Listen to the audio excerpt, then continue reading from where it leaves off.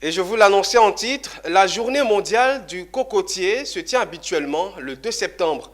Célébration à laquelle aucune organisation ivoirienne n'a pris part, c'est chose faite. Cette année, avec quelques mois de retard, la première journée mondiale du cocotier a été fêtée récemment.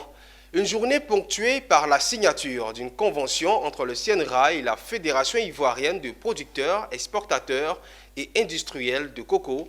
Le reportage est signé Philippe Zabo et Ezekiel Seri. La nuciculture ou culture de la noix de coco est sinistrée en Côte d'Ivoire. Pourtant, la noix de coco produit une huile très riche et le cocotier peut servir à plusieurs autres fonctions. La journée mondiale du cocotier, première édition en Côte d'Ivoire, a donc été un cadre idéal pour la promotion de ce produit. Du premier jour du coco, c'est-à-dire de sa naissance jusqu'à ce que le tronc tombe, nous bénéficions de tous les bienfaits du coco. Nous pouvons le transformer en huile, en farine, en sucre, comme les différents exposants scientifiques nous l'ont démontré tout à l'heure.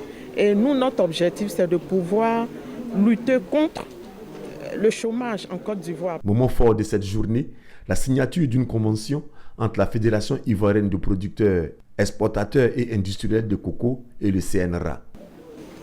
Au niveau de la convention, on doit donner du matériel végétal à la filière.